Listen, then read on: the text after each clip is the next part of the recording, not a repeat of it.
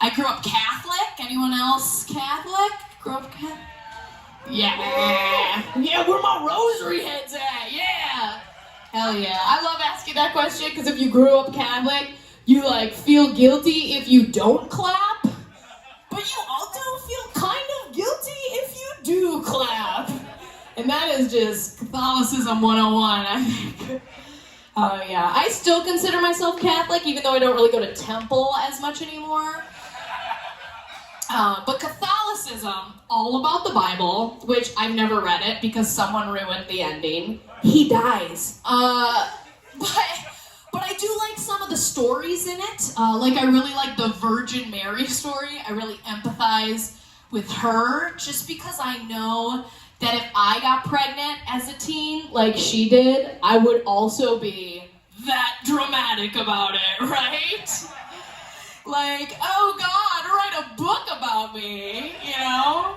No room at the inn? Fine, I'll just give birth in a dirty barn stall.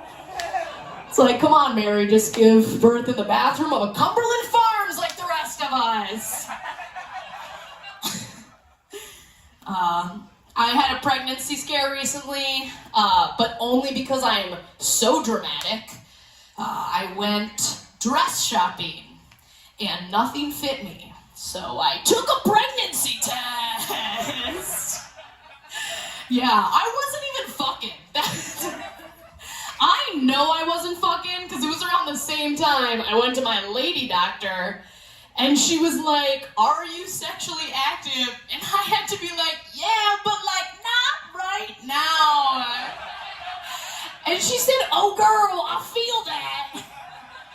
And then we shared like this lonely laugh, and that's the true definition of dry humor, you know what I mean? Yes! What's your name back there? You're terrific. What's your name? Emily. Give it up for Emily. She's the tits. Oh yeah. Is anyone here like a couple? Any couples in the crowd? Gross! Singles only night at Nectar's Comedy. Who even knew? Who even knew? No couples, not a single couple. Wow, fuck yeah, you guys. Keep on riding that high of fucking random people. Let's do it. I'm in love. I'm in love. I'm Julia, and I'm in love. I'm in love for the first time. I really am, for the first time ever. Yes, thank you, Emily. Yes. I am in love for the first time. I know it's real love this time because rom-coms just started making sense. Yeah, I used to watch rom-coms and it's like two fatally flawed people ignoring each other's flaws. Now I get it, you know what I mean? Yeah, I used to watch them and be like, why is everyone acting like such an idiot? And now I watch rom-coms and I cry. I do. I sob. I don't even call them rom-coms. I call them rom-doms because they destroy me, but I love it. I used to think I was in love all the time. I really did. I used to even say out loud, oh, I'm so easy to fall in love. Yeah, I was like that annoying. It was bad. You would have hated me. Looking back, I'm so easy. Probably would have sufficed, you know? For a while, I was trying to search for like what that feeling was, if it wasn't love.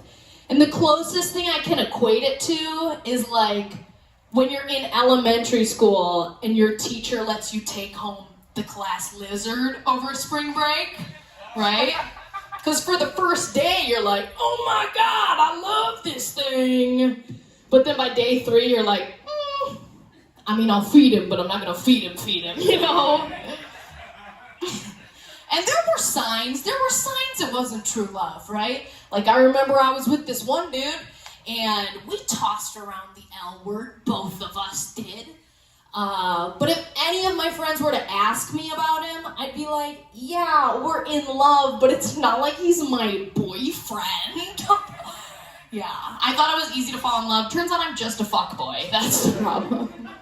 My boyfriend, who I'm in love with for real this time, I swear to God, we just moved in together, which is exciting. I've never been in a stable relationship like this before, so for a while, whenever he like planned things 2 days in advance, I was like, are you sure we're still gonna be together by then, you know?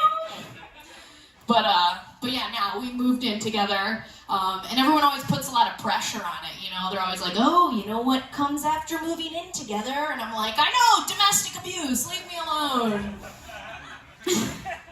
No, he's a good egg, he is. I just found out he loves doing dishes, which is great.